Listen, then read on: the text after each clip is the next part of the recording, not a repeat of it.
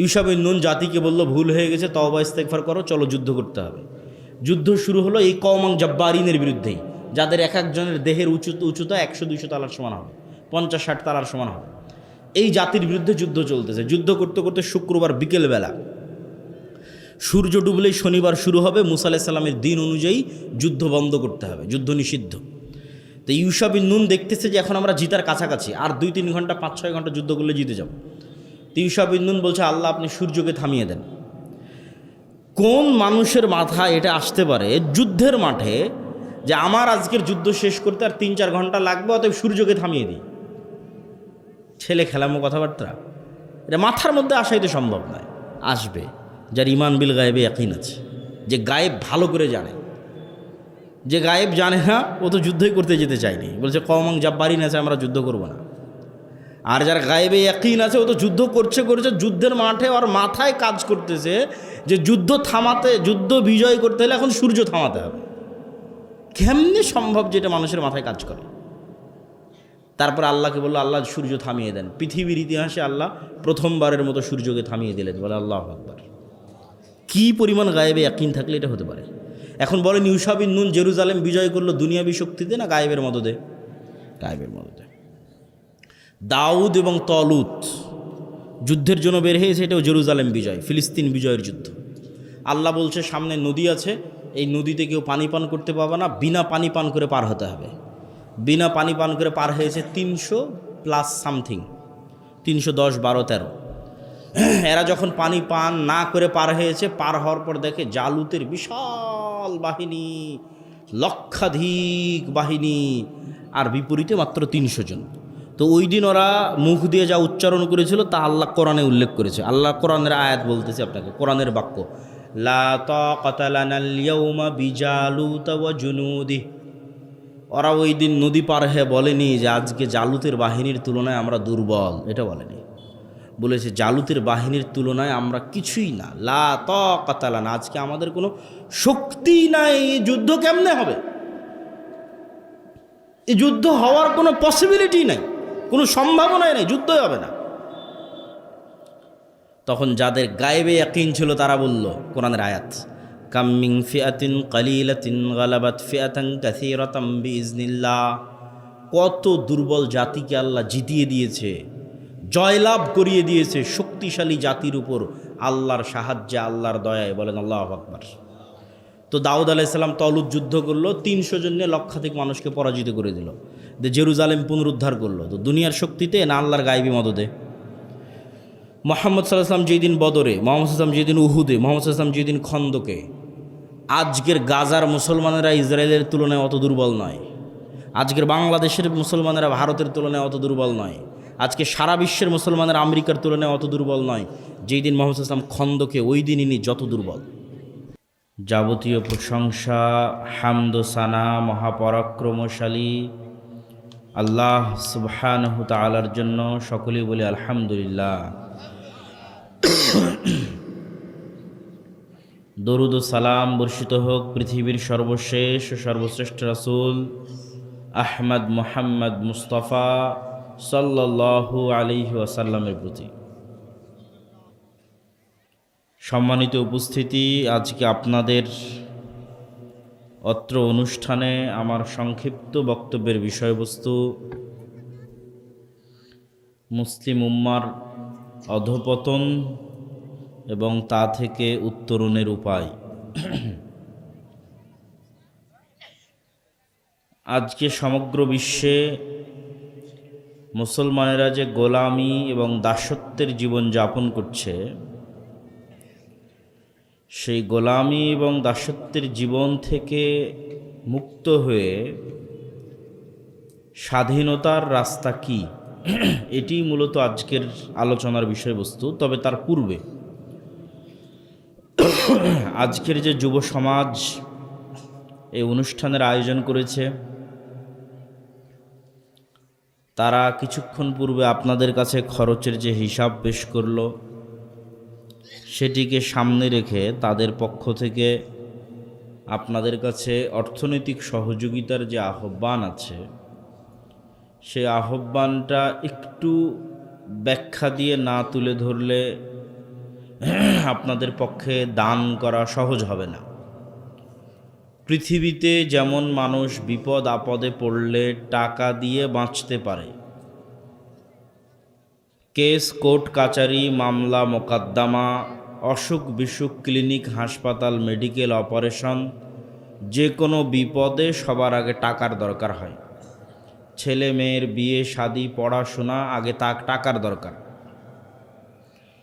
কিয়ামতের মাঠেও আল্লাহর দরবারে আপনার নামে এরকম অসংখ্য কেস কোর্ট কাচারি মামলা মোকদ্দমা উপস্থিত হবে। আর মজার বিষয় হচ্ছে কিয়ামতের মাঠেও টাকা দিয়ে বাঁচা যাবে। দুনিয়াতে যেমন টাকার জরিমানা দিয়ে বাঁচা যায়, কিয়ামতের মাঠেও টাকার জরিমানা দিয়ে বাঁচা যাবে। কিন্তু দুনিয়াতে টাকা না থাকলে যেমন এর কাছ থেকে চেয়ে কর্জ নিয়ে একত্রিত করা যায়, কিয়ামতের মাঠে আর এই সুযোগটা থাকবে না। টাকাটা আগে থেকেই পাঠানো থাকতে হবে, তাহলে কাজে লাগবে।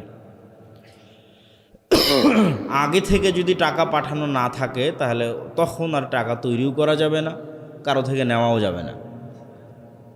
কিন্তু টাকা যদি আগে থেকে পাঠানো থাকে তাহলে সেই টাকা দিয়ে কিয়ামতের মাঠের বিপদে ওই টাকাকে ব্যবহার করা যাবে।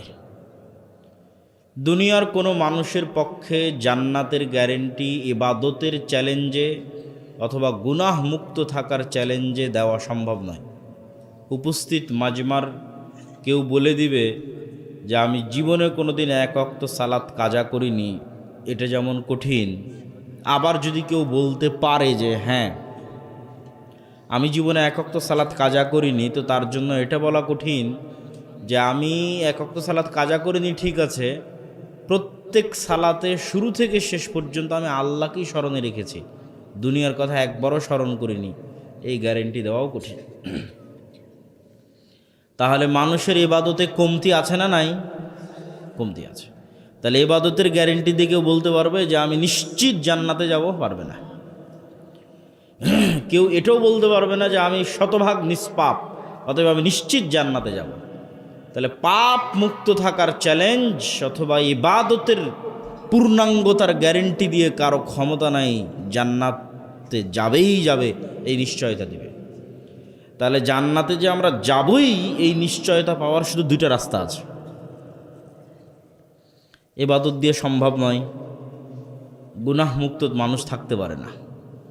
তাহলে নিশ্চিত জান্নাতের দুইটা রাস্তা। ইন্নাল্লাহ আশতারা মিনাল মুমিনিনা আনফুসাহুম ওয়া আমওয়ালাহুম বিআন্না লাহুমুল জান্নাহ। আল্লাহ জান্নাত বিক্রি করবে, মানুষ জান্নাত কিনবে। এই কেনা বেচাটা ঠিক যেমন আপনারা হায়াতের মোড়ে জমি কিনেন, চাঁপাইনবাবগঞ্জ শহরে কিনেন, রাজশাহী শহরে কিনেন, ঢাকায় কিনেন, এই জমি কেনা বেচা যেমন ব্যবসা, আল্লাহ জান্নাতের প্লট আর ফ্ল্যাট বিক্রি করবে, এটাও ব্যবসা। হাল আদুল্লুকুম আলা তিজারাতিন তুনজিকুম মিন আযাবিন নার। আমি কি তোমাদের এমন কোনো ব্যবসার কথা বলে দিব না? এই ব্যবসাটা হবে আল্লাহর সাথে। আর এই ব্যবসার মজার দিক হচ্ছে এই ব্যবসা শতভাগ লাভজনক। কেন শতভাগ লাভজনক তাও বলব, তার আগে একটু বুঝে নিই যে দুইটা জিনিসে নিশ্চিত জান্নাত বিক্রি হবে, মানে গ্যারেন্টি, মিস হওয়ার কোনো চান্স নাই। এক, মানুষ তার নিজের জীবনটাই যদি আল্লাহর রাস্তায় আল্লাহর জন্য দিয়ে দেয়, তাহলে যখন তার রক্তের ফোঁটা মাটিতে পড়বে, তো রক্তের ফোঁটা মাটিতে পড়ার আগে ইবাদতে যত কমতি ছিল আর যত গুনাহ ছিল সব কমতি পূরণ হয়ে যাবে, সব গুনাহের কাফফারা হয়ে যাবে, ওর কাছে জান্নাত বিক্রি হয়ে গেছে। বলেন আল্লাহু আকবার। তাহলে নিশ্চিত জান্নাতের একটা রাস্তা শহীদ হয়ে যাওয়া, মিস নাই, বিক্রি হয়ে যাবে জান্নাত। নিশ্চিত জান্নাতের আর একটা রাস্তা হচ্ছে টাকা দিয়ে জান্নাত কিনে নেওয়া। আল্লাহ কোরআনের আয়াতের মধ্যেই বলেছে, যে আয়াতটা আমি আপনাদের সামনে তেলাওয়াত করেছি। জান্নাত বিক্রি হবে দুইটা জিনিসের কাছে, একটা তোমার জীবনের কাছে, জীবন দিয়ে দাও আল্লাহর রাস্তায়, জান্নাত বিক্রি হয়ে যাবে। দুই, টাকা দিয়ে জান্নাত কিনে নাও। ইবাদত দিয়ে জান্নাতে যাওয়ার পূর্ব শর্ত পূরণ হয়, কিন্তু জান্নাতে যাওয়ার গ্যারেন্টি অর্জিত হয় না। পূর্ব শর্ত পূরণ হয় বলতে যে সালাত আদায় করে না ওর তো কোনো হিসাবই নাই, কি দান, কি সাদকা, আর কি কোনো কিছুই কাউন্ট নাই। তাহলে জান্নাতে যাওয়ার পূর্ব শর্ত খাতায় নাম অন্তত থাকে, সেটা ইবাদত। কিন্তু নিশ্চয়তা, নিশ্চিত জান্নাতে যেতে চাই, দুইটা দিয়ে সম্ভব, শহীদ হওয়া দিয়ে, টাকা দিয়ে। টাকা দিয়ে কেন জান্নাত সম্ভব? দুনিয়াতেই আল্লাহ সুবহানাহু তাআলা অসংখ্য ইবাদতের কমতি আর অসংখ্য গুনাহের কাফারা টাকা দিয়ে করার ব্যবস্থা করে দিয়েছে। তুমি দিনের বেলা রমাজান মাসে স্ত্রীর সাথে সাংসারিক জীবনে গেছো, এটা অনেক বড় গুনাহ করেছো। গুনাহের কাফারা কি? একটি গোলাম আজাদ করো অথবা 60 জন মিসকিনকে খাওয়াও। তো গোলাম আজাদ করতে কি লাগে? জোরে বলেন না, কি লাগে? টাকা লাগে। 60 জন মিসকিনকে খাওয়াতে কি লাগে? তাহলে টাকা দিয়ে দুনিয়াতেই গুনাহ মিটে যাচ্ছে, দুনিয়াতেই, টাকার জোরে, টাকার ক্ষমতায়। এবার হজ করতে গেছেন, ওমরা করতে গেছেন, অনেক কিছু মিস হয়ে গেছে, জামরায় পাথর নিক্ষেপ করতে পারেন। তো মুআল্লিম বলছে এই ইবাদতের কমতি পূরণেরও রাস্তা আছে, টাকার পাওয়ার। টাকা দিয়ে দুম্বা কিনে, খাসি কিনে আল্লাহ রাস্তায় কুরবানি দিয়ে দেন, এটাকে বলে দম। তাহলে ইবাদতে যে কমতি হয়ে গেছে ওটা পূরণ হয়ে যাবে, বলেন আল্লাহু আকবার। তাহলে টাকা দিয়ে দুনিয়াতেই গুনাহের কাফারা হবে টাকার পাওয়ারে, ইবাদতের কমতি পূরণ হবে টাকার পাওয়ারে। এই টাকার ক্ষমতা কিয়ামতের মাঠেও দেখানো যাবে, ইবাদতের কমতি পূরণে এবং গুনাহের কাফারায়। আর মানুষ যত মামলা মোকদ্দমা নিয়ে আসবে, আল্লাহ আমার নামে গীবত করেছে, আমার নামে অপবাদ দিয়েছে, হ্যাঁ ঠিক আছে, এই সেই যা আছে মানুষের মামলা মোকদ্দমা সব ট্যাকেল দেওয়া যাবে যদি কিয়ামতের মাঠে আপনি ধনী অবস্থায় উঠেন। দুনিয়াতে যেমন ধনীর ক্ষমতা থাকে, কিয়ামতের মাঠে ধনীরও ক্ষমতা থাকবে। কিন্তু কিয়ামতের মাঠে নতুন করে ধনী হওয়া যাবে না, এখন থেকেই ব্যাংকে জমা রাখতে হবে কোটি কোটি টাকা, এবং টাকা দিয়ে জান্নাত নিশ্চিত করে দুনিয়া থেকে বিদায় নেওয়ার চেষ্টা করতে হবে। কেন? আপনি ইবাদতের পূর্ণতার গ্যারেন্টি দিতে পারলেন না, গুনাহ মুক্ত থাকারও গ্যারেন্টি দিতে পারলেন না, তাহলে তো আপনার বাঁচার কোনো রাস্তা নাই। বাঁচার একটাই রাস্তা, সাধ্য অনুযায়ী ইবাদত করেন, সাধ্য অনুযায়ী গুনাহ মুক্ত থাকার চেষ্টা করেন। আর বাকি যতটুকু কমতি হয়ে যাচ্ছে ওটুকু কী দিয়ে ম্যানেজ করবেন বলেন তো? অতটুকু কী দিয়ে ম্যানেজ করতে হবে? টাকা দিয়ে ম্যানেজ করতে হবে। এই জন্য অনেক টাকা ইনকাম করতে হবে এবং হালাল উপায়ে টাকা ইনকাম করতে হবে। বসে থাকা যাবে না। মুমিনদের লাইফে, মুসলিমদের লাইফে বসে থাকার কোনো ডিকশনারি আল্লাহর নবীর সাহাবীদের জীবনীতে ছিল না। মক্কা থেকে হিজরত করে আসছে উসমান, আব্দুর রহমান বিন আউফ, তালহা, জুবায়ের, এরা একদিন বসে কাটায়নি। আল্লাহর নবী মদিনার আনসারীদের বলেছে তোমাদের যা আছে তার অর্ধেক এদের দিয়ে দাও।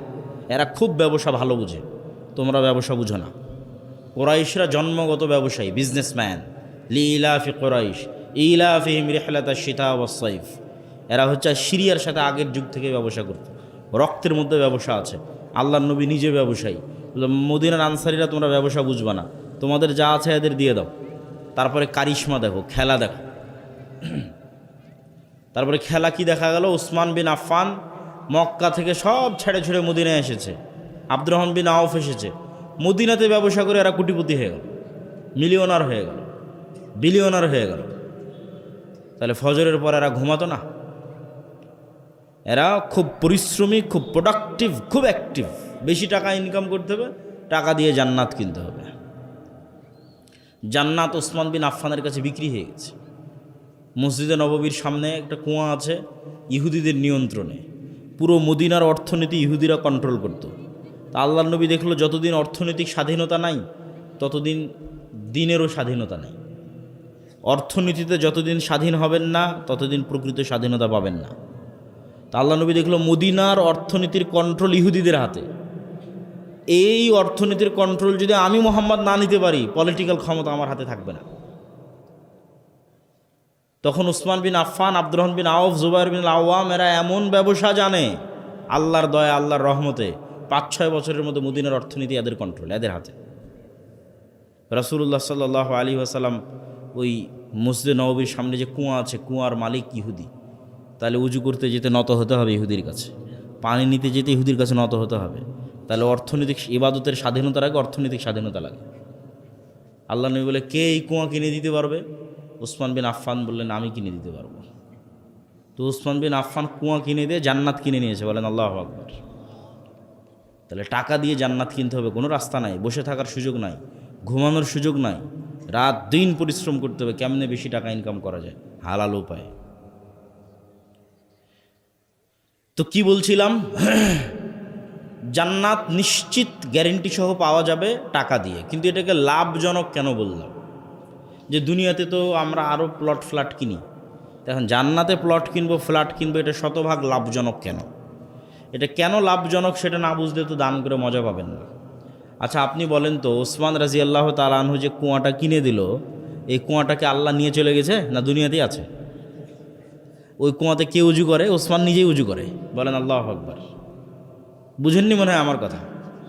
কুয়াটা যে আমি টাকা দিয়ে কিনে দিলাম, যে জান্নাতে যে জমিটা কিনলাম, তো এখন আমি যদি রাজশাহীতে একটা প্লট কিনি, যে ঠিক আছে 5 লক্ষ টাকা দাম এই প্লটের, তো টাকাটি তো মালিক আমার থেকে নিয়ে চলে যাবে। আর আমি জান্নাতে প্লট কিনলাম, আমি টাকাটা ইহুদিকে দিয়ে দিলাম, ইহুদি টাকাটা নিয়ে গেল, আর এই যে কুয়াটা যে নিলাম, এই কুয়াটা তো আল্লাহ নিয়ে চলে গেল না, ওই কুয়াটা তো আমিই ব্যবহার করছি। ধরেন মসজিদে একটা ফ্যান লাগিয়েছেন, তো ফ্যানের বাতাস কে খাচ্ছে? আপনি খাচ্ছেন। ধরেন কুরবানি দিয়েছেন, কুরবানির গোস্ত কে খাচ্ছে? আপনি খাচ্ছেন। তাহলে তো জান্নাত মধ্যেখান থেকে ফাও ফাও ফিরি ফিরি পেয়ে গেলেন, বলেন আল্লাহু আকবার। টাকাটি তো আর আল্লাহ আপনার নিয়ে চলে যায়নি, তাই না? যদি একটা মাদ্রাসা মসজিদে দান করেন, তো মসজিদে যদি মক্তবে দান করেন, মাদ্রাসায় দান করেন, তো পড়বে আপনার ছেলে মেয়ে। বেতন যদি পায় কেউ, আপনার এলাকার লোকজনই পাবে। তাহলে মধ্যেখান থেকে জান্নাত ফিরি ফিরি ফাও ফাও পাই যাচ্ছে, আর ওই টাকাটা নিজেই ঠিকই কাজে লাগাচ্ছে, টাকাটা নিজেই কাজে লাগাচ্ছে, নিজেই ব্যবহার করতেছে। এই জন্য এটাকে বলা হয়েছে শতভাগ লাভজনক ব্যবসা। এর চেয়ে লাভজনক ব্যবসার পৃথিবীতে হয় না। এটা আরেকটা কারণে লাভজনক, অন্য আরেকজনের সাথে কেনাবেচা করার পর তো আর তার সাথে লেনদেন শেষ, কিন্তু আল্লাহর সাথে কেনাবেচা করার পর লেনদেন শেষ হয় না। আল্লাহ বলতেছে, কেউ যদি আমার সাথে কেনাবেচা করে, ঠিক আছে জান্নাতে জমি বিক্রি হবে, ও জান্নাতের জমি কিনতে চায়, প্লট এবং ফ্ল্যাট কিনতে চায়, এই জন্য দুনিয়াতে দান করতেছে। তো দান করার পর কেনাবেচা শেষ হয়ে যায়নি, ও যেটুকু দান করলো ওটুকু তো আমি নিলামই না, ওই তো দুনিয়াতে ব্যবহার করলো। ওরই মসজিদের ফ্যানের বাতাস ওই খালো, ওরই মসজিদের এসির বাতাস ওই খালো, ওরই কুরবানির গোস্ত ওই খালো, আমি তো নেইনি। কিন্তু যে টাকাটা এটার জন্য ব্যয় করেছে, এই টাকাটা যে আমার অ্যাকাউন্টে জমা হলো, এটাকে আমি আল্লাহ বাড়াতেই থাকি, বাড়াতেই থাকি, বাড়াতেই থাকি, বাড়াতেই থাকি, 700 গুণ, চাইলে তার চেয়েও বেশি বাড়াই, বলেন আল্লাহু আকবার। তো নেন, এর চেয়ে বড় লাভজনক ব্যবসা দুনিয়াতে আছে? কারোর সাথে এর চেয়ে বেশি লাভজনক ব্যবসা আপনি করতে পারবেন না, যে লাভজনক ব্যবসা আল্লাহর সাথে হবে। তো এই জন্য দান করতে হবে, টাকা উপার্জন করতে হবে, দান করতে হবে। যারা আজকের যুব সমাজ আছে, তারা যদি বৈঠকে দান উঠাতে চায়, তাহলে এখনই ঢুকে যাও। আমরা আমাদের মূল বক্তব্য এখনও শুরু করিনি, মূল বক্তব্যের বিষয় এখনও যায়নি। বৈঠকে দানে সকলকে অংশগ্রহণ করার উদাত্ত আহ্বান জানাচ্ছি। আমাদের মূল বক্তব্য হচ্ছে মুসলমানদের গোলামি এবং মুক্তির উপায়। কই তোমাদের স্বেচ্ছাসেবক কই বাবা? হ্যাঁ কই? কেউ তো যায় না। তো মুসলমানদের গোলামি এবং গোলামি থেকে মুক্তির উপায় 4টে পয়েন্টে আলোচনা করব। 1 নাম্বার ঈমান বিল গায়েব, 2 নাম্বার নেতৃত্বের বিকাশ, 3 নাম্বার সৎ আমল, 4 নাম্বার শিক্ষা ও জ্ঞান। ঈমান বিল গায়েব, গায়েব মানে যা চোখে দেখা যায় না, তাকে বলে গায়েব।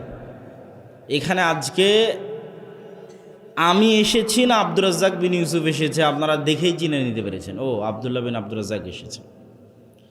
তা একটা হিন্দুকেও যদি দেন, ও যদি চিনে আমাকে, ও দেখলে বলবে হ্যাঁ আবদুল্লাহ বিন আব্দুর রাজ্জাক এসেছে। তো এই দেখা জিনিসের স্বীকৃতি দিতে কেউ মুমিন হয় না, তাহলে তো হিন্দুও মুমিন হয়ে যেত দেখা জিনিসের স্বীকৃতিতে মুমিন হলে। তাহলে মুমিন হবে কিসে?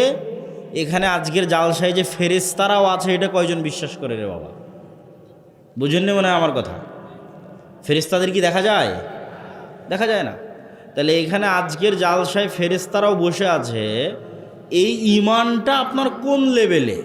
এমনি কথার কথা, হ্যাঁ আছে ফেরেশতা, শেষ, এই মুমিন হয়নি, মুমিন হতে পারলো না। আপনি যে উপস্থিত আছেন এটা যত সত্য, আমি যে বক্তব্য দিচ্ছি, আমার আওয়াজ শুনতেছেন, আমাকে দেখতেছেন, এটা যত সত্য, এর চেয়ে বেশি সত্য যে এখানে এখন ফেরেশতারা আছে। বলেন আল্লাহু আকবার।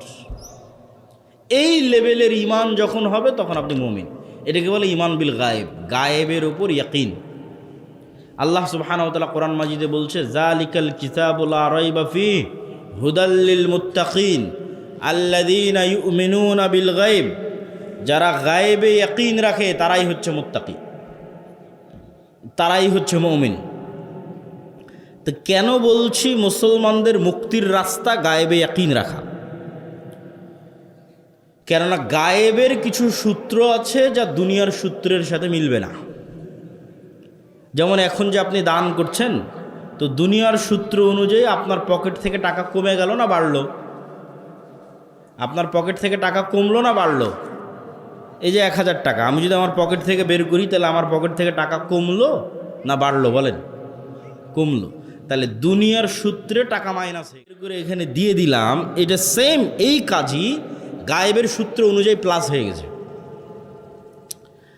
যেটা আমরা দেখতে পাচ্ছি না। ইয়ামহাকুল্লাহুর রিবা ওয়া ইরবিস সাদাকাত। সুদে টাকা কমে, দানে টাকা বাড়ে। তাহলে দুনিয়ার সূত্রেতে টাকা কমে গেল, গায়েবের সূত্রে টাকা বেড়ে গেল।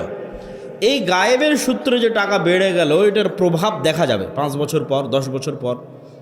এই 1000 টাকা দান করাতে কত টাকা বাড়লো আমার, এটা 5 বছর, 10 বছর, 20 বছর পর বোঝা যাবে যে আসলে কত টাকা বাড়লো। কিন্তু টাকাটা কিন্তু গায়েবে আজকেই প্লাস মাইনাস হয়ে গেছে, গায়েবের সূত্রে। দুনিয়ার সূত্রে এখন মাইনাস অবস্থায় আছে। ঠিক সুদ যখন নিচ্ছেন তখন দুনিয়ার সূত্রে প্লাস, দিলাম 1000 টাকা ধার, নিলাম 1500, কিন্তু সাথে সাথেই এটা গায়েবে মাইনাস হয়ে গেছে। গায়েবে যে মাইনাস হয়ে গেছে এটা বোঝা যাবে 5, 10 বছর, 15 বছর, 20 বছর, 50 বছর, 100 বছর পরে। তো গায়েবের সূত্র যতক্ষণ না জানবেন ততক্ষণ আপনি বুঝতে পারবেন না যে মুসলমানদের বিজয় কিভাবে হবে। আপনি আপনার মতো একটা রাস্তা বের করে নিয়ে বলবেন এটাতেই ইসলামের বিজয় হবে, হবে না। গায়েবে যেভাবে নির্ধারিত আছে যে এটাই মুসলমানদের বিজয়ের রাস্তা, ওটাই ফলো করতে হবে। তো গায়েবে নির্ধারিত মুসলমানদের বিজয়ের রাস্তা কোনটা, এটা যদি দেখতে চান তাহলে নবীদের জীবনী দেখতে হবে, যে নবীদের জীবনীতে কিভাবে বিজয় নির্ধারিত হয়েছে, ওটাই গায়েবের রাস্তা। গায়েবকে আল্লাহ কোরআনে প্রকাশ করে দিয়েছে, গায়েবকে আল্লাহ সুবহানাহু ওয়া তাআলা নবীদের জীবনীতে প্রকাশ করে দিয়েছে, যে পৃথিবী কিভাবে চলে তার সিস্টেম তোমরা জেনে নাও, গায়েব কিভাবে কাজ করে সেটা তোমরা জেনে নাও। যেমন গায়েবের একটা সূত্র, ইউসাব্বিহু লিল্লাহি মা ফিস সামাওয়াতি ওয়া মা ফিল আরজ, এটা গায়েবের সূত্র, আল্লাহ কোরআনে বলে দিয়েছে। গায়েবের নিউজ, সংবাদ কি, আসমান জমিন এবং তার মধ্যে যা কিছু আছে সব আল্লাহর তাসবিহ পাঠ করে। তাহলে এখন এই মোবাইলও তাসবিহ পাঠ করতেছে, এই চায়ের কাপও তাসবিহ পাঠ করতেছে, আমার জামাও তাসবিহ পাঠ করতেছে, এই প্যান্ডেলও তাসবিহ পাঠ করতেছে, এটা গায়েবের নিউজ। এইটার উপর যেই দিন আপনার ইয়াকিন তৈরি হবে, বিজয় নিশ্চিত। এই গায়েবের নিউজের উপর যতদিন ইয়াকিন আসবে না, বিজয়ের কোনো ধারে কাছেও যেতে পারবেন না। এবার বাস্তব উদাহরণে চলেন, যে বাস্তব উদাহরণে আপনাকে দেখাই যে গায়েবের উপর ইয়াকিন ছাড়া বিজয় সম্ভব নয়। মুসা আলাইহিস সালাতু ওয়াস সালামকে যেদিন আল্লাহ বললেন ইযহাব ইলা ফিরআউন ইন্নাহু তাগা, যাও ফেরাউনের কাছে দাওয়াত দাও, ফেরাউন চরম অহংকারী। ওই দিন মুসা আলাইহিস সালাতু ওয়াস সালাম চাঁপাইনবাবগঞ্জের দেবীনগর ইসলামপুর চরবাগডাঙ্গা ইউনিয়নের চরের, পদ্মা নদীর চরের সাধারণ একজন কৃষক। আজকের আমেরিকার প্রেসিডেন্ট ডোনাল্ড ট্রাম্পের কাছে যদি যেতে বলা হয় আপনাকে, যে যান আমেরিকার প্রেসিডেন্ট ডোনাল্ড ট্রাম্পের কাছে দাওয়াত দিতে হবে, তো এই সাধারণ কৃষক আজকের আমেরিকার প্রেসিডেন্টের তুলনায় যত দুর্বল, ওই দিন মুসা আলাইহিস সালাম ফেরাউনের তুলনায় তার চেয়ে বেশি দুর্বল, কয়েক শতগুণ, কয়েক হাজার গুণ বেশি দুর্বল। কেন? ছোট্ট পয়েন্টে পয়েন্টে বললে আপনি বুঝে যাবেন কেন মুসা আলাইহিস সালাম দুর্বল। মুসা আলাইহিস সালামকে যেই দিন বলা হচ্ছে যাও মিশরে দাওয়াত দাও, ওই দিন মিশরের আদালতে মুসা আলাইহিস সালামের নামে ফাঁসির রায় হয়ে আছে, ঢুকলেই জবাই করা হবে। তাহলে আপনাকে যখন বলা হচ্ছে যাও আমেরিকাতে যাও, তখন আমেরিকার আদালতে আপনার নামে ফাঁসি হয়ে আছে। 2, আপনাকে যখন বলা হয়েছে যাও আমেরিকাতে যাও, তখন আপনি এলাকাতে নাই, পালিয়ে আছেন। এখনও তো অনেক পলাতক আসামি দুবাই, কানাডায় আলিশান জীবনযাপন করছে, কিন্তু মুসা আলাইহিস সালাম যখন পলাতক তখন মানুষের বাড়ির কাজের লোক। তাহলে আপনার বাড়ি হতে পারে ইসলামপুর চরবাগডাঙ্গা দেবীনগর চাঁপাইনবাবগঞ্জ, কিন্তু আপনি পালিয়ে আছেন হয় দিল্লিতে, না হয় করাচিতে, না হয় আফগানিস্তানে, না হয় দুবাইয়ে। কি অবস্থায় পালিয়ে আছেন? মানুষের বাড়িতে কাজের লোক হিসেবে পালিয়ে আছেন। কতদিন থেকে পালিয়ে আছেন? 10 বছর থেকে পালিয়ে আছেন। এমন সময় আপনাকে বলা হচ্ছে যাও আমেরিকাতে, তোমাকে দাওয়াত দিতে হবে ডোনাল্ড ট্রাম্পের কাছে, আর অমতো অবস্থায় যে আমেরিকায় আপনার নামে ফাঁসি হয়ে আছে। কথা কি আমার বোঝা যায়? কেন চরবাগডাঙ্গার একটা গরিব চরের কৃষকের চেয়ে মুসা আলাইহিস সালাম বেশি দুর্বল? দুনিয়ার কোনো লজিকে, দুনিয়ার কোনো সিস্টেমে, দুনিয়ার কোনো সূত্রে মুসা আলাইহিসসালাম বিজয়ী হবে আর ফেরাউন পরাজিত হবে, এটা ইম্পসিবল, অসম্ভব। ওইটা পরাজয় আর জয় তো বহু পরের কথা। মুসা ফেরাউনের সামনে দাঁড়াবে এটাই অসম্ভব। মুসা মিশরে ফিরে যাবে এটাই অসম্ভব। মুসা স্বয়ং মিশর থেকে পালিয়ে গেছে। কেন চরবাগডাঙ্গার একটা চরের কৃষকের চাইতেও মুসা আলাইহিস সালাম দুর্বল? চরবাগডাঙ্গার এই চরের কৃষকের আত্মীয় স্বজন আছে, বাড়িঘর আছে, পরিবার পরিজন আছে, দেশের নাগরিকত্ব আছে, পাসপোর্ট আছে, ন্যাশনালিটি আছে, কোথাও বিপদে পড়লে দূতাবাস দিয়ে বাঁচাবে। আর যেই দিন মুসা আলাইহিস সালামকে আল্লাহ বলছে যাও ফেরাউনের কাছে, ওই দিন মুসা আলাইহিস সালাম এমন গোলাম জাতির সদস্য, এমন গোলাম কওমের সদস্য, যার মা যদি পরিচয় দেয় এটা আমার সন্তান, তো সন্তানকে জবাই করা হবে। ইযাববিহুনা আবনাকুম ওয়া ইস্তাহয়ুনা নিসাকুম ওয়া ফি যালিকুম বালাউম মির রাব্বিকুম আযীম। এই রকম অসহায় গোলাম জাতির সদস্য হচ্ছে মুসা আলাইহিস সালাম, যার আগে পিছে কেউ নাই। মুসা আলাইহিস সালামের জয় বহু পরে। মুসা আলাইহিস সালাম মিশরে ফিরে যাবে, ফেরাউনের সামনে দাঁড়াবে, এটা অসম্ভব, পৃথিবীর সূত্রে অসম্ভব, কিন্তু গায়েবের সূত্রে সম্ভব। বলেন আল্লাহু আকবার। ওই গায়েবের উপর ইয়াকিন মুসা আলাইহিস সালামের অন্তরে যেদিন ঢুকে যাবে, মুসা আলাইহিস সালাম যেদিন মিশর থেকে পালিয়ে গেছে, ওই মিশরে মুসা আলাইহিস সালাম ফিরে গেছে। ফিরার একটাই রাস্তা, মুসা আলাইহিস সালামকে গায়েব দেখাতে হবে। গায়েব দেখালে মুসা আলাইহিস সালামের অন্তরে গায়েবের উপর ইয়াকিন তৈরি হবে। নবীদেরকে আল্লাহ গায়েব দেখিয়েছে। যেমন আল্লাহ সুবহানাহু ওয়া তাআলা আমাদের নবী মুহাম্মদ সাল্লাল্লাহু আলাইহি ওয়াসাল্লাম সম্পর্কে বলছেন, সুবহানাল্লাযী আসরা বিআবদিহি লাইলাম মিনাল মসজিদিল হারাম ইলাল মসজিদিল আকসা আল্লাযী বারাকনা হাওলাহু। আল্লাহ মুহাম্মদ সাল্লাল্লাহু আলাইহি ওয়াসাল্লামকে মেরাজের সফর করিয়েছেন। তো মেরাজের সফরের বর্ণনায় আল্লাহ সুবহানাহু ওয়া তাআলা পবিত্র কোরআন মাজিদে বলছেন যে আমি কেন মুহাম্মদকে মেরাজের সফর করালাম জানো? লিনুরিয়াহু মিন আয়াতিনা, গায়েব দেখাবো তাই। তোমাদেরকে আজীবন গল্প শুনিয়েছে জান্নাত এরকম, জাহান্নাম এরকম, কবর এরকম, আসমান এরকম, এবার সচক্ষে মুহাম্মদ সাল্লাল্লাহু আলাইহি ওয়াসাল্লাম দেখবে। বলেন আল্লাহু আকবার। লিনুরিয়াহু মিন আয়াতিনা, নিজে চোখে দেখবে যে এই যে আসমান, এই যে জান্নাত, এই যে জাহান্নাম, গায়েব। যখন একবার গায়েব দেখে যায় নবীরা, তখন ইয়াকিন তৈরি হয় গায়েবের উপর। তখন আল্লাহর শক্তি, আল্লাহর ক্ষমতা সম্পর্কে নিশ্চিত জ্ঞান অর্জন হয়। ঈসা আলাইহিস সালামকে আল্লাহ গায়েব দেখিয়েছে। আপনি জীবনে কোনোদিন মরা মানুষকে জীবিত হতে দেখেছেন? কথা বলে না যে সবাই ঘুমান্ত নাকি? মরা মানুষকে জীবিত হতে দেখেছেন? এটা গায়েব। অবিল আখিরাতি হুম ইউকিনুন। কবর গায়েব, বারজাখ গায়েব, পরকাল গায়েব, পুনরুত্থান গায়েব, দেখেননি কোনোদিন। আর এটাই ঈসা আলাইহিস সালামের মুজিজা। যে কোনো মরা মানুষের গায়ে হাত দিয়ে বলবে বিসমিল্লাহ, মরা মানুষ জীবিত হয়ে যাবে। বলেন আল্লাহু আকবার। তো এখন মুসা আলাইহিস সালাম যতক্ষণ গায়েব না দেখেছে, মুসা আলাইহিস সালাম তো ফেরাউনের সামনে দাঁড়াতেই পারবে না। মুসা আলাইহিস সালামকে আল্লাহ বলছে, মুসা তোমার হাতে কি? আল্লাহ লাঠি। কি করো? তো এই করি। আল্লাহ বলেনি জান্নাত থেকে একটা স্পেশাল লাঠি দিলাম, এটা ছাড়ো সাপ হয়ে যাবে। জান্নাতের স্পেশাল লাঠি সাপ হতেই পারে? কিন্তু যে লাঠি আমি 10 বছর থেকে ব্যবহার করছি ওটা কেমনে সাপ হয়? কিন্তু সাধারণ আমি নিজে গাছ থেকে কেটে নিয়ে আসছি, জ্যান্ত জীবন্ত সাপে কেমনে পরিণত হয়? তখন মুসা আলাইহিস সালামের ইয়াকিন হয়ে গেল যে আমার ব্যবহার করা লাঠি আমার চোখের সামনে সাপ হয়ে যাচ্ছে, তার মানে আমি ফেরাউনের যে বিশাল মস্তদ দেখতেছি, এই মস্তদ তো আল্লাহর শক্তি, আল্লাহর ক্ষমতার সামনে লা হাওলা ওয়ালা কুওয়াতা ইল্লা বিল্লাহ। ফেরাউনের মসনদ আল্লাহর শক্তি, আল্লাহর ক্ষমতার সামনে দুর্বল না। ফেরাউনের মসনদ আল্লাহর শক্তি, আল্লাহর ক্ষমতার সামনে কমজোর না, এটা বলা হয়নি। ফেরাউনের শক্তি, সামর্থ্য, আল্লাহর ক্ষমতা এবং শক্তির সামনে জিরো। বলেন আল্লাহু আকবার। দুর্বল নয়, কমজোর নয়, জিরো, কোনো মার্কই নাই, কোনো নাম্বারই নাই। এটা হলো লা হাওলা ওয়ালা কুওয়াতা ইল্লা বিল্লাহর অর্থ। এটা মুসা আলাইহিস সালামের কালবে যেই দিন তৈরি হবে, ওই দিন মুসা ফেরাউনের সামনে দাঁড়াতে পারবে। এটার নাম ঈমান বিল গায়বে ইয়াকিন। এইটা যতদিন মুসলমানদের অন্তরে তৈরি না হয়েছে ততদিন ও গায়েবের রাস্তায় চলতে পারেনি। যেই গায়েবের রাস্তায় বিজয় নির্ধারিত আছে, তখন কি মনে করবে যে না, আমাকে তো মন্দির পাহারা দিয়েই ক্ষমতায় যেতে হবে। কেন? তখন মাথার মধ্যে আছে কি, দুনিয়াবী রাস্তা, গায়েবের রাস্তা ভুলে গেছে, গায়েবের উপর ইয়াকিন হারিয়ে গেছে যে দুনিয়ার রাস্তাতেই আমাকে ক্ষমতায় যেতে হবে। দুনিয়ার রাস্তায় ক্ষমতায় যেতে হলে হিন্দুদের মন্দির আমাকে পাহারা দিতেই হবে। আর ইমান বিল গায়েবে ইয়াকিন থাকলে গায়েবের রাস্তা খুঁজবে। গায়েবী মদদ ছাড়া মুসলমানদের বিজয় অতীতে কোনোদিন হয়নি, ভবিষ্যতে কোনোদিন হবে না, ফুল স্টপ। এবং এই কথাকে কোনো দলিল দিয়ে কোরআন এবং হাদিসের কেউ উল্টিয়ে ধরতে পারবে না। আমি তো দলিল সামনে দিব যে মুসলমানদের বিজয় দুনিয়ার শক্তিতে অতীতে কোনোদিন হয়নি, ভবিষ্যতে কোনোদিন হবে না। মুসলমানদের বিজয়ের একমাত্র রাস্তা আল্লাহর গায়েবী মদদ, একমাত্র একটাই রাস্তা, দিয়ে ফুল স্টপ। আর 2 নম্বর 3 নম্বর কোনো রাস্তা নেই। তাহলে মুসা আলাইহিস সালাতু ওয়াস সালাম ফেরাউনের সামনে দাঁড়ানোরই কথা নয়। সেখানে মুসা আলাইহিস সালাম বিজয় হয়ে গেল আর ফেরাউন ডুবে গেল।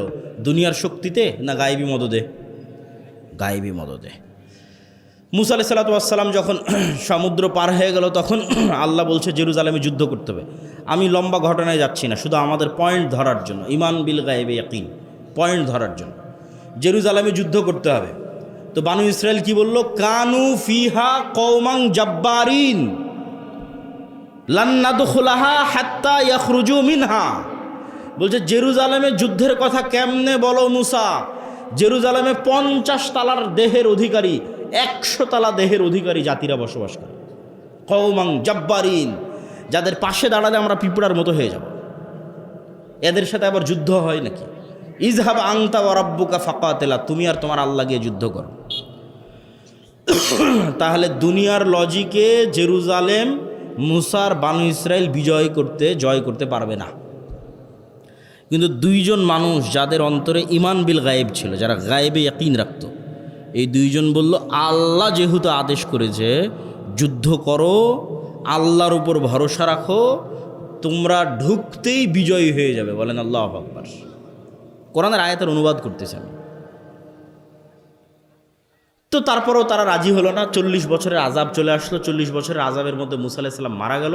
পরবর্তী নবী হলো ইউশা বিন নুন। উনি ওই 2 জনের একজন, যিনি গায়েবে ইয়াকিন রাখতেন। ইউশা বিন নুন জাতিকে বলল ভুল হয়ে গেছে, তওবা ইস্তেগফার করো, চলো যুদ্ধ করতে হবে। যুদ্ধ শুরু হলো এই কওমান জাব্বারিনের বিরুদ্ধেই, যাদের এক একজনের দেহের উচ্চতা 100-200 তালার সমান হবে, 50-60 তালার সমান হবে। এই জাতির বিরুদ্ধে যুদ্ধ চলতেছে। যুদ্ধ করতে করতে শুক্রবার বিকেলবেলা, সূর্য ডুবলেই শনিবার শুরু হবে। মুসা আলাইহিস সালামের দিন অনুযায়ী যুদ্ধ বন্ধ করতে হবে, যুদ্ধ নিষিদ্ধ। তো ইউশা বিন নুন দেখতেছে যে এখন আমরা জিতার কাছাকাছি, আর 2-3 ঘন্টা 5-6 ঘন্টা যুদ্ধ করলে জিতে যাব। তো ইউশা বিন নুন বলছে আল্লাহ আপনি সূর্যকে থামিয়ে দেন। কোন মানুষের মাথায় এটা আসতে পারে যুদ্ধের মাঠে যে আমার আজকের যুদ্ধ শেষ করতে আর 3-4 ঘন্টা লাগবে, অতএব সূর্যকে থামিয়ে দিই? ছেলে খেলামো কথাবার্তা, এটা মাথার মধ্যে আসাই তো সম্ভব নয়। আসবে যার ইমান বিল গায়েবে ইয়াকিন আছে, যে গায়েব ভালো করে জানে। যে গায়েব জানে না ও তো যুদ্ধই করতে যেতে চায়নি, বলছে কওমান জাব্বারিন আছে, আমরা যুদ্ধ করব না। আর যার গায়েবে ইয়াকিন আছে ও তো যুদ্ধ করছে, যুদ্ধের মাঠে আর মাথায় কাজ করতেছে যে যুদ্ধ বিজয় করতে হলে এখন সূর্য থামাতে হবে। কেমনি সম্ভব যেটা মানুষের মাথায় কাজ করে? তারপর আল্লাহকে বললো আল্লাহ সূর্য থামিয়ে দেন। পৃথিবীর ইতিহাসে আল্লাহ প্রথমবারের মতো সূর্যকে থামিয়ে দিলেন। বলে আল্লাহু আকবার। কী পরিমাণ গায়েবে ইয়াকিন থাকলে এটা হতে পারে? এখন বলেন ইউশা বিন নুন জেরুজালেম বিজয় করলো দুনিয়াবী শক্তিতে না গায়েবের মদদে? গায়েবের মদদে। দাউদ এবং তলুত যুদ্ধের জন্য বের হয়েছে, এটাও জেরুজালেম বিজয়, ফিলিস্তিন বিজয়ের যুদ্ধ। আল্লাহ বলছে সামনে নদী আছে, এই নদীতে কেউ পানি পান করতে পারবে না, বিনা পানি পান করে পার হতে হবে। বিনা পানি পান করে পার হয়েছে 300+ সামথিং, 310, 12, 13। এরা যখন পানি পান না করে পার হয়েছে, পার হওয়ার পর দেখে জালুতের বিশাল বাহিনী, লক্ষাধিক বাহিনী, আর বিপরীতে মাত্র 300 জন। তো ওই দিন ওরা মুখ দিয়ে যা উচ্চারণ করেছিল তা আল্লাহ কোরআনে উল্লেখ করেছে। আল্লাহ কোরআনের আয়াত বলতেছে আপনাকে, কোরআনের বাক্য, লা তাকাতা লানাল ইয়াউমা বিজালুতা ওয়া জুনুদি। ওরা ওই দিন নদী পার হয়ে বলেনি যে আজকে জালুতের বাহিনীর তুলনায় আমরা দুর্বল, এটা বলেনি। বলেছে জালুতের বাহিনীর তুলনায় আমরা কিছুই না, লা তাকাতা লানা, আজকে আমাদের কোনো শক্তি নাই, এই যুদ্ধ কেমনে হবে, এই যুদ্ধ হওয়ার কোনো পসিবিলিটি নাই, কোনো সম্ভাবনাই নেই, যুদ্ধই হবে না। তখন যাদের গায়েবে ইয়াকিন ছিল তারা বলল, কোরআনের আয়াত, কাম মিন ফিআতিন কালিলাতিন গালাবাত ফিআতান কাসীরাতাম বিইজনিল্লাহ, কত দুর্বল জাতিকে আল্লাহ জিতিয়ে দিয়েছে, জয়লাভ করিয়ে দিয়েছে শক্তিশালী জাতির উপর আল্লাহর সাহায্যে, আল্লাহর দয়ায়। বলেন আল্লাহু আকবার। তো দাউদ আলাইহিস সালাম তলুত যুদ্ধ করলো, 300 জন নিয়ে লক্ষাধিক মানুষকে পরাজিত করে দিল, জেরুজালেম পুনরুদ্ধার করলো। তো দুনিয়ার শক্তিতে না আল্লাহর গায়েবী মদদে? মুহাম্মদ সাল্লাল্লাহু আলাইহি ওয়াসাল্লাম যেদিন বদরে, মুহাম্মদ সাল্লাল্লাহু আলাইহি ওয়াসাল্লাম যেদিন উহুদে, মুহাম্মদ সাল্লাল্লাহু আলাইহি ওয়াসাল্লাম যেদিন খন্দকে, আজকের গাজার মুসলমানেরা ইসরায়েলের তুলনায় অত দুর্বল নয়, আজকের বাংলাদেশের মুসলমানেরা ভারতের তুলনায় অত দুর্বল নয়, আজকে সারা বিশ্বের মুসলমানেরা আমেরিকার তুলনায় অত দুর্বল নয় যেই দিন মুহাম্মদ সাল্লাল্লাহু আলাইহি ওয়াসাল্লাম খন্দকে, ওই দিন ইনি যত দুর্বল। কেননা বদর আর উহুদে 1000, 1200, 2000 করে কাফেররা জমা হয়েছে, আর খন্দকে 10,000 জমা হয়েছে। বদর আর উহুদে শুধু মক্কার কাফেররা জমা হয়েছে, খন্দকে সারা আরবের কাফেররা জমা হয়েছে। আর মুহাম্মদ সাল্লাল্লাহু আলাইহি ওয়াসাল্লামের মদিনাতে মোনাফেক আছে 300টা, আর ইহুদি গোত্র আছে 3টে, বানু কুরাইজা, বানু কায়নুকা, বানু নাজির। এই 3টে আবার ভিতর থেকে বাহিরের সাথে চুক্তি করেছে যে তোমরা কোনো মতে ফালাও, আমরা তোমাদের সাথে আছি, ফালাতে পারলেই আছি। তাহলে একে তো ইহুদিরা নাই, দ্বিতীয়ত 300 মোনাফেক নাই, তাহলে সাথে আছে সর্বোচ্চ 500 মানুষ, 500 থেকে 700। আর বাহিরে মদিনা ঘেরাও করে আছে 10,000 মানুষ। তাহলে খন্দকে মুহাম্মদ সাল্লাল্লাহু আলাইহি ওয়াসাল্লাম দুনিয়ার কোনো লজিকে বদর উহুদ খন্দকে মুহাম্মদ সাল্লাল্লাহু আলাইহি ওয়াসাল্লাম জিতবে, এটা অসম্ভব, কোনো চান্স নাই জিতার। একটা রাস্তা আছে, ওটাই মুসলমানদের বিজয়ের রাস্তা। সেটা কি? আল্লাহর গায়েবী মদদ। এটা ফুল স্টপ। মুহাম্মদ সাল্লাল্লাহু আলাইহি ওয়াসাল্লামের আল্লাহর গায়েবী মদদ ছাড়া বিজয় হয়নি। তুমি আপনি কে? আমি তুমি কে? মুহাম্মদ সাল্লাল্লাহু আলাইহি ওয়াসাল্লাম একটা যুদ্ধে আল্লাহর গায়েবী মদদ ছাড়া জিততে পারেনি। একটা যুদ্ধে মনে করেছিল সাহাবীরা যে আজকে আমরা দুনিয়াবী শক্তিতে বেশি পাওয়ারফুল, ওটা হুনাইনের যুদ্ধ, মক্কা বিজয়ের পর। ওই দিন সাহাবীদের সংখ্যা 12,000, জীবনে কোনোদিন এত সাহাবীরা চোখেই দেখেনি। 300 জনে যুদ্ধ করেছে বদরে, সেখানে হুনাইনে 12,000। তো যখন বদরে দুর্বল ছিল, ভরসা আল্লাহর উপর, উহুদে দুর্বল ছিল, ভরসা আল্লাহর উপর, খন্দকে দুর্বল ছিল, ভরসা আল্লাহর উপর, হুনাইনে যখন দেখেছে নিজেরাই 12,000, আল্লাহর উপর ভরসা ভুলে গেছে, বলছে আমরাই তো পার করে দেবো, এবার জিতে যাবো ইনশাল্লাহ। আর ওই শুরুতে আর জিততে পারেনি। মুহাম্মদ সাল্লাল্লাহু আলাইহি ওয়াসাল্লামকে নিজে ঘোড়া থেকে লাফ দিয়ে নামে বলতে হয়েছে আন ইবনে আব্দুল মুত্তালিব আনান নবী লা কাযিব। তারপরে অসংখ্য বক্তব্য, চিৎকার, সব সাহাবী পালিয়ে যাচ্ছে, এই 12,000-এর মাজমা পালিয়ে যাচ্ছে। তো যেই দিন নিজের ওপর ভরসা করেছে, দুনিয়ার শক্তির উপর ভরসা করেছে, ওই দিন পরাজয়। তাহলে মুসলমানদের বিজয়ের একমাত্র একটাই রাস্তা, সেটার নাম আল্লাহর গায়েবী মদদ। এখানেই ফুল স্টপ। গায়েবী মদদ অর্জন করার যে যোগ্য হবে, আল্লাহ ওকে বিজয় দিবে। যে যোগ্য হবে না, ও দুনিয়ার রাস্তায় 1000 চেষ্টা করুক, ওর নামে ইসলামের বিজয় হবে না, ওর নামে ইসলামের বিজয় হবে না। গায়েবের রাস্তা জানতে হবে যে কিভাবে ইসলামের বিজয় হবে, ওটাই ইসলামের বিজয়ের একমাত্র রাস্তা, ওটাই নবীদের রাস্তা, ওটাই নবীদের রাজনীতি। সম্মানিত উপস্থিতি, তাহলে 1 নম্বর পয়েন্ট শেষ করে দিই, ঈমান বিল গায়েবে ইয়াকিন। এবং গায়েবী মদদ কিভাবে পাওয়া যাবে তার সূত্র জানতে হবে। সূত্র নাম্বার 1, ন্যায়পরায়ণতা, সত্যবাদিতা, আমানতদারিতা। এটা হচ্ছে নেতৃত্বের বিকাশ। এই মোবাইলের অপর পিঠ আর এই পিঠ, এই পিঠ যদি গোলামি হয় তাহলে এই পিঠ নেতৃত্ব, এই পিঠ যদি নেতৃত্ব হয় এই পিঠ গোলামি। আমি আপনি গোলাম আছি মানে নেতা নই, নেতা হয়ে যাব মানে গোলাম থাকবো না। তাহলে গায়েবের সূত্র অনুযায়ী নেতাকে, গায়েবের সূত্র অনুযায়ী নেতা সে যে সত্য বলে, আমানতদার, ন্যায়পরায়ণ, ধৈর্যশীল। প্রমাণ নবীদের জীবনী। মুহাম্মদ সাল্লাল্লাহু আলাইহি ওয়াসাল্লামকে আল্লাহ আলাদা করে শিখায়নি যে মুহাম্মদ তুমি আজ থেকে মিথ্যা বলিও না। সালাত শিখিয়েছে 52-53 বছর বয়সে, সিয়াম হজ শিখিয়েছে 53-54 বছর বয়সে, হিসাব আছে। আর ঈমান বিল গায়েব শিখেছে শুধু 13 বছর যাবৎ মক্কায়, 40 বছর থেকে নিয়ে পুরো 13 বছর তাওহীদ শিখিয়েছে, সালাত, সিয়াম, হজ, যাকাত নয়। আর বাকি 40 বছর জন্মগত সত্য বলে। কেন জন্মগত সত্য বলে এটা বুঝতে হবে। ইব্রাহিমের 2 সন্তান, ইসহাক, ইসমাইল। ইসমাইল আছে মক্কায়, ইসহাক আছে জেরুজালেমে। ইসহাকের ছেলে ইয়াকুব, ইয়াকুবের ছেলে ইউসুফ। ইউসুফের হাত ধরে সব চলে গেল মিশরে। মিশরে ইউসুফের মৃত্যুর পর সব হয়ে গেল ফেরাউনের গোলাম। 300 বছরের গোলামি। 400 বছর পর মুসা আলাইহিস সালাম সেই গোলামি থেকে বাঁচানোর চেষ্টা করলো। তাহলে 300 বছর গোলামি করতে যায় বানু ইসরায়েলরা মিথ্যা, ধোকা, 2 নম্বরই, জুয়ার চুরি, বাটপারি, যত রাস্তা আছে দুনিয়াতে, কেন গোলামের এটা ছাড়া জীবন চলবে না। 10 জন গোলাম যদি এখানে থাকে, ও একটা রুটির জন্য মিথ্যা বলবে, একটা রুটির জন্য মারামারি করবে, একটা রুটির জন্য আরেকজনকে হত্যা করবে, এটাই গোলামের জীবন।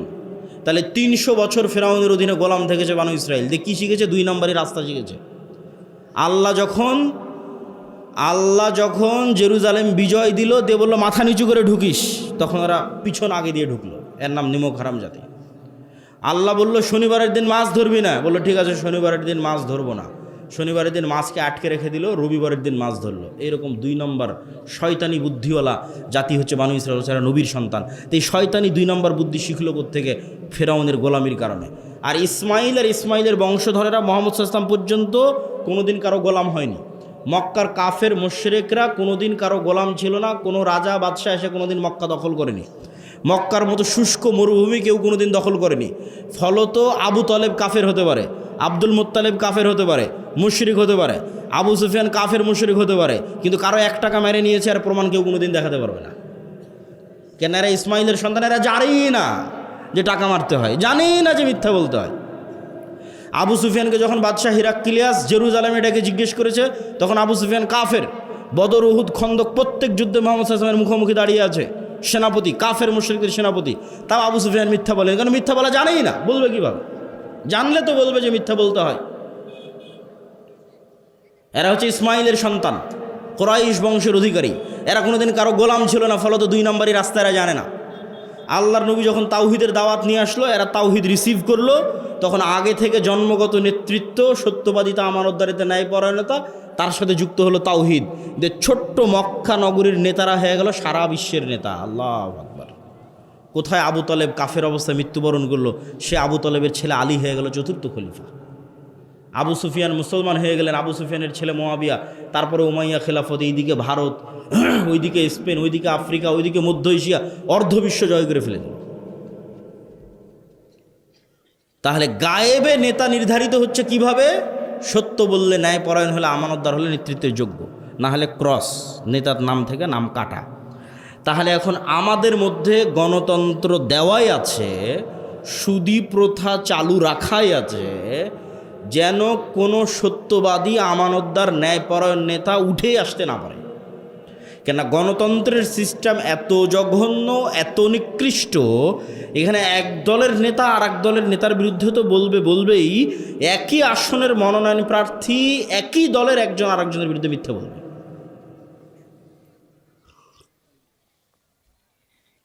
তাহলে ওই যে মিথ্যা বলে টাকা দিয়ে মনোনয়ন কিনে নেতা হচ্ছে, এমপি হচ্ছে, ও দুনিয়ার দৃষ্টিতে নেতা, গায়েবের দৃষ্টিতে কি? বলেন না যে কথা, গায়েবের দৃষ্টিতে কি? গোলাম। গায়েবের দৃষ্টিতে কি? জোরে বলেন, গায়েবের দৃষ্টিতে কি? আরো জোরে বলেন, গায়েবের দৃষ্টিতে কি? গোলাম। তাহলে যে এমপি, মন্ত্রী এই গণতান্ত্রিক ন্যাক্কারজনক সিস্টেমের মধ্যে মিথ্যা বলতে বাধ্য, দুর্নীতি করতে বাধ্য, তাহলে এই 2 নম্বরই দুর্নীতি, মিথ্যার মধ্যে দিয়ে যে নেতা তৈরি হয়ে আসতেছে, ও গায়েবের দৃষ্টিতে গোলাম। তো নেতা হবে কোথায় থেকে? স্বাধীনতা আসবে কোথায় থেকে? গোলাম তৈরি হচ্ছে যে। গায়েবের সূত্রে নেতা আসতে হয়। যদি কালে ভদ্রে একজনও এই গণতান্ত্রিক সিস্টেমের মধ্যে সত্যবাদী, আমানতদার ঢুকে যায়, বাঘের বাচ্চা ন্যায়পরায়ণ ঢুকে যায়, তাহলে ওই যে শরীফ ওসমান হাদির মতো গুলি করে উড়িয়ে দিবে, টিকতে দিবে না এই সিস্টেমে। এই সিস্টেম ওইভাবেই তৈরি করা আছে। এখানে মিথ্যা বলে 2 নম্বরের রাস্তা অবলম্বন করে টিকে থাকতে হবে। আর 2 নম্বরের রাস্তা অবলম্বন করলেই তো আপনি গায়েবের সূত্রে গোলাম হয়ে গেছে। দুনিয়াতে আপনি যত বড় এমপি, মন্ত্রী, মিনিস্টার হন, প্রধানমন্ত্রী হন, তাতে কি যায় আসে? আপনি 2 নম্বরের রাস্তা অবলম্বন করে প্রধানমন্ত্রী হয়েছেন, তার মানে ভারত, আমেরিকা আপনাকে টাকা দিয়ে কিনে নিতে পারবে, কিন্তু আপনি 2 নম্বর, আপনার মেরুদণ্ড নাই। আর সুদী প্রথা দেওয়া আছে গোলাম তৈরি করার জন্য। রাসূল সাল্লাল্লাহু আলাইহি ওয়াসাল্লাম বলছে, আল্লাহুম্মা ইন্নী আউযুবিকা মিনাল মা'সামি ওয়াল মাগরাম। হে আল্লাহ, লোন থেকে বাঁচতে চাই। সাহাবীরা জিজ্ঞেস করলেন, আল্লাহ নবী কেন লোন থেকে বাঁচতে চান? তো লোন থেকে বাঁচতে চাই এই জন্য যে মানুষ যখন লোন নেওয়া শুরু করে, মিথ্যা বলা শুরু করে। এখন আপনাদের এই গোটা চাঁপাইনবাবগঞ্জ সদর উপজেলার মধ্যে যত লোনের মাধ্যম আছে, যত কিস্তির মাধ্যম আছে, যত মা বোন কিস্তিতে টাকা নিয়েছে, তাদের সকলের কাছ থেকে আপনি খোঁজ নিয়ে দেখেন যে কিস্তির জন্য তারা নিজেরা তো মিথ্যা বলেছে, তাদের সন্তান সন্ততিকে পর্যন্ত মিথ্যা বলতে বাধ্য করেছে। এরকম আছে না নাই? আচ্ছা, তাহলে যখনই মিথ্যা এবং 2 নম্বরই শুরু হয়ে গেছে, তখন এখান থেকে আর নেতা তৈরি হবে না। নেতা তৈরির রাস্তা বন্ধ, শেষ। দুনিয়ার দৃষ্টিতে নেতা আসতে পারে, আল্লাহর দৃষ্টিতে নেতা আসবে না, গোলাম তৈরি হচ্ছে। আর গায়েবের দৃষ্টিতে যতক্ষণ নেতা তৈরি না হবে ততক্ষণ বিজয় আসবে না। কেন? মুসলমানদের বিজয় গায়েবের রাস্তায় নির্ধারিত, ইসলামের বিজয়। দরকার নাই বাংলাদেশের মুসলমানদের দিয়ে বিজয়ের, আল্লাহ তো ঠেকা পড়েনি ইসলাম বাংলাদেশের মুসলমানদের দিয়ে বিজয় করতে হবে। ইউরিদুনা লিইউতফিউ নূরাল্লাহ ওয়াল্লাহু মুতিম্মু নূরিহি ওয়ালাউ কারিহাল কাফিরুন। ইসলাম আল্লাহর নূর, আর এই নূর সারা পৃথিবীতে প্রতিষ্ঠিত হবে। কাদের হাত দিয়ে? আল্লাহ কারো মুখাপেক্ষী নয়। আপনি যদি ওই শর্ত, গায়েবের মদত পাওয়ার শর্ত পূরণ করতে না পারেন, আমেরিকার খ্রিস্টানদের আল্লাহ মুসলমান বানিয়ে দেবে, ইউরোপের ইংল্যান্ডের খ্রিস্টানদের আল্লাহ মুসলমান বানিয়ে দেবে। গায়েবের মদত পাওয়ার পূর্ব শর্ত পূরণ করতে হবে। পয়েন্ট নাম্বার 3, সৎ আমল। গায়েবের মদত সৎ আমলে আসে, আর যেই বড় 2টা সৎ আমলে গায়েবের মদত সবচেয়ে বেশি আসে, তার একটা রাতের সালাত আর একটা সকাল সন্ধ্যের জিকির। মুহাম্মদ সাল্লাল্লাহু আলাইহি সাল্লাম বদরের যুদ্ধে জিততে হবে, তাহলে আমরা ফুল স্টপ দিয়েছি যে মুসলমানদের বিজয় গায়েবী মদত ছাড়া হয় না। তাহলে মুহাম্মদ সাল্লাল্লাহু আলাইহি সাল্লাম যদি বদরে জিততে চায়, তাহলে মুহাম্মদ সাল্লাল্লাহু আলাইহি সাল্লামের কিসের দরকার বলেন তো? গায়েবের মদতের দরকার। তো গায়েবের মদত আসমান থেকে দুনিয়াতে টেনে আনতে রাতের সালাত আদায় করতে হবে। তো মুহাম্মদ সাল্লাল্লাহু আলাইহি সাল্লাম এমনি রাতের সালাত আদায় করে, কিন্তু বদরের আগের দিন এত লম্বা সালাত, আবু বকর রাদিয়াল্লাহু তাআলা আনহু পর্যন্ত ক্লান্ত হয়ে গেছে যে আল্লাহ নবী হয়েছে, বাস আর দরকার নাই। তাহলে একজন নবী যার কাছে নিয়মিত ওহী আসতেছে, তিনি গায়েবের সূত্র এত ভালোভাবে জানে যে বদরে যদি আমাকে জিততে হয় তো গায়েবের মদদ লাগবে, আর গায়েবের মদদ আনতে হলে রাতে আমাকে সালাত আদায় করতে হবে, আর কোনো রাস্তা নাই। এটাই গায়েবের সূত্র। আর বাংলাদেশের মুসলমানেরা মনে করতেছে এরা ইসলাম প্রতিষ্ঠা করবে এক ওয়াক্ত সালাত আদায় না করে, মিছিল করে, মিটিং করে, লিল্লাহে তাকবীর দিয়ে, আর সালাত আদায় না করে এরা ইসলামকে বিজয় করবে। গায়েবের সূত্রে না চললে দুনিয়ার সূত্রে ইসলাম বিজয় হবে না। ঠেকা পড়েনি আল্লাহর, তোমাকে দিয়ে ইসলাম বিজয় করতে হবে।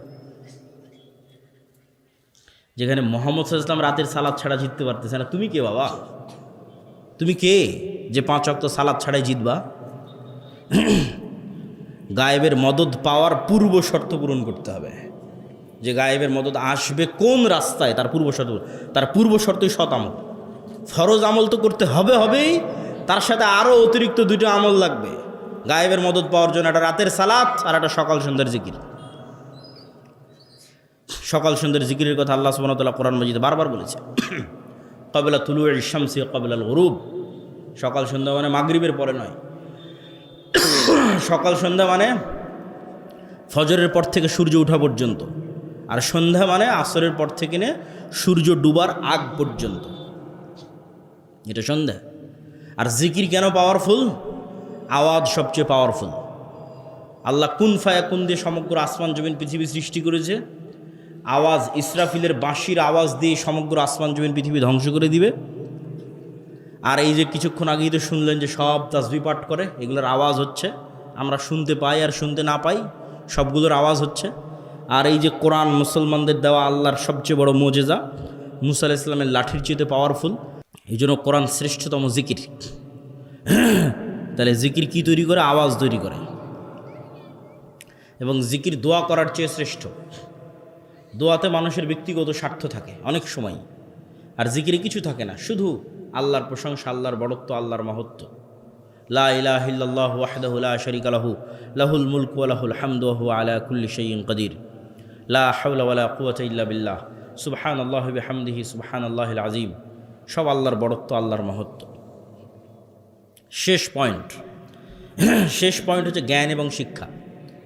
এটা বলার আগে জরুরি যেটা কথা, সেটা আজকে বক্তব্যে যা আলোচনা করতেছি এগুলো সব আমার লেখা বই, আল্লাহর পথে যাত্রার মধ্যে আছে। এই বইটা আস্তে আস্তে শেষ হয়ে যায়, আজকে হয়তো এখানে পাবেন না, অনলাইন থেকে বইটা নেওয়ার চেষ্টা করতে হবে।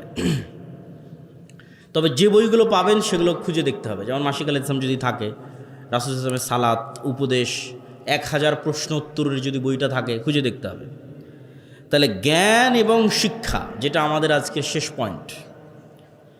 আল্লাহ সুবহানাহু ওয়া তাআলা নিজে সবচেয়ে বেশি জ্ঞানী। আদম আলাইহিসসালাতু ওয়াসসালামকে জিন এবং ফেরেশতা দিয়ে সিজদা করানো হয়েছে, আদম আলাইহিসসালাম তাদের চেয়ে সবচেয়ে জ্ঞানী ছিলেন।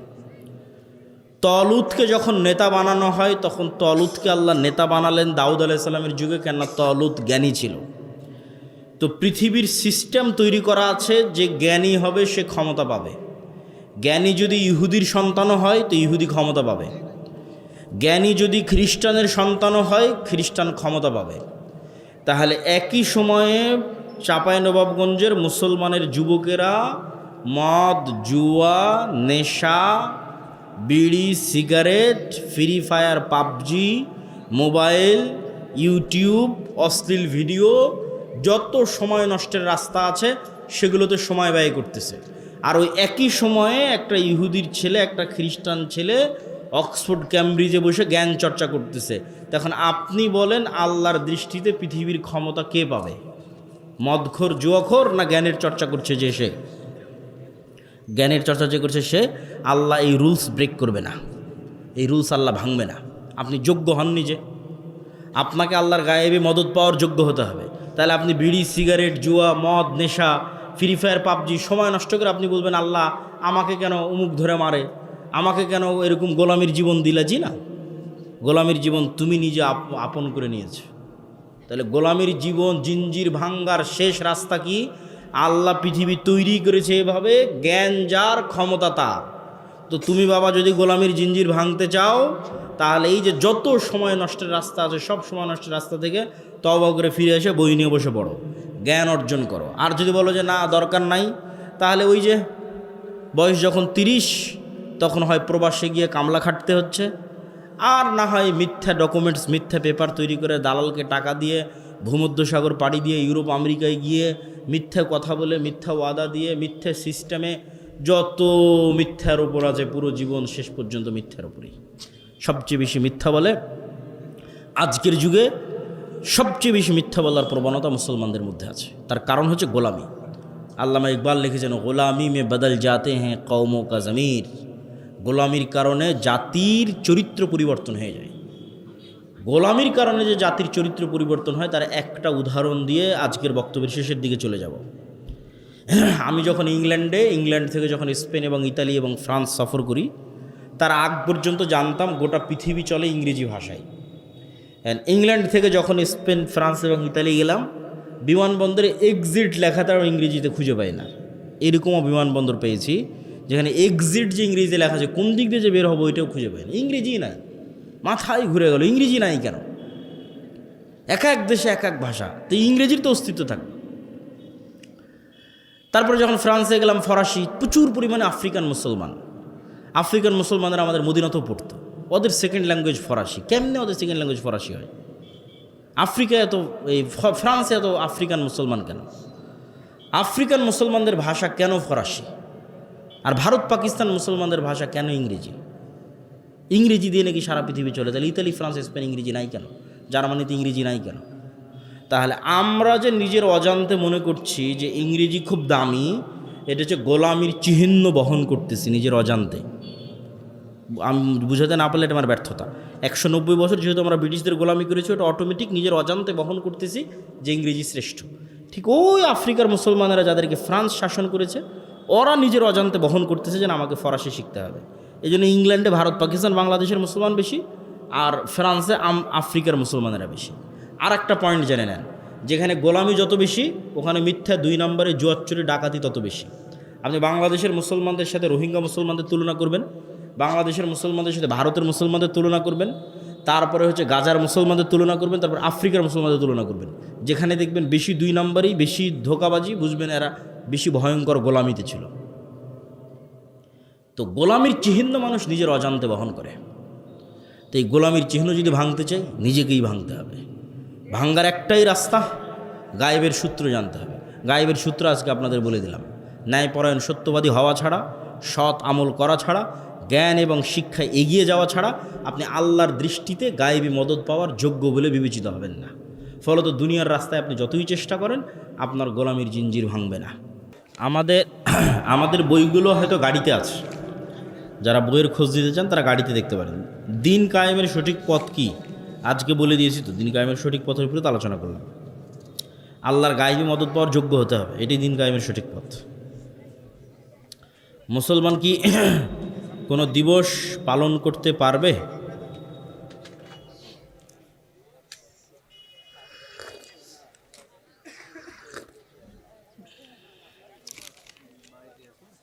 কেউ যদি বরকতময় কল্যাণকর মনে করে পালন করে তাহলে শিরক হবে, আর বরকতময় কল্যাণকর ছাড়া এমনি পালন করে তাহলে হারামের কাতারে পড়বে। শেখ কোনেক ইসলামী দলের নেতারা, এগুলো বক্তব্য আজকে আলোচনা করেছি, শায়েখ এগুলো আজকে আলোচনা হয়েছে। ইমান বিল গায়েব না থাকলে যা হয়, মসজিদে ইমাম খুতবারত অবস্থায় বিভিন্ন রাজনৈতিক সমালোচনা করে, ইসলামের বিধান কি? সব একই প্রশ্ন।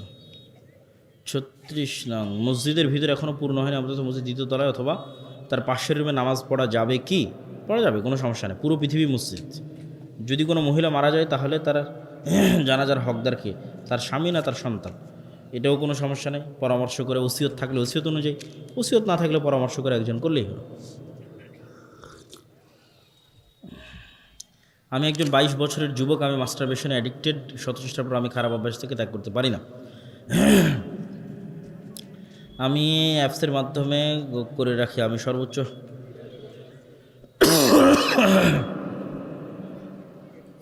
বিয়ে করার মতো পরিবেশ অনুকূলে নাই, সেক্ষেত্রে আমার করণীয় কি? প্রথম করণীয় হচ্ছে সৎসঙ্গ। 1 নাম্বার,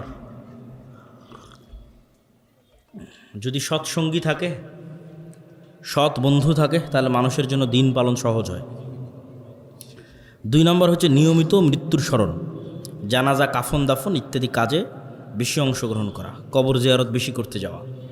3 নম্বর হচ্ছে প্রতিদিন পবিত্র কোরআন থেকে কিছু পড়ার এবং কিছু বুঝার চেষ্টা রাখা,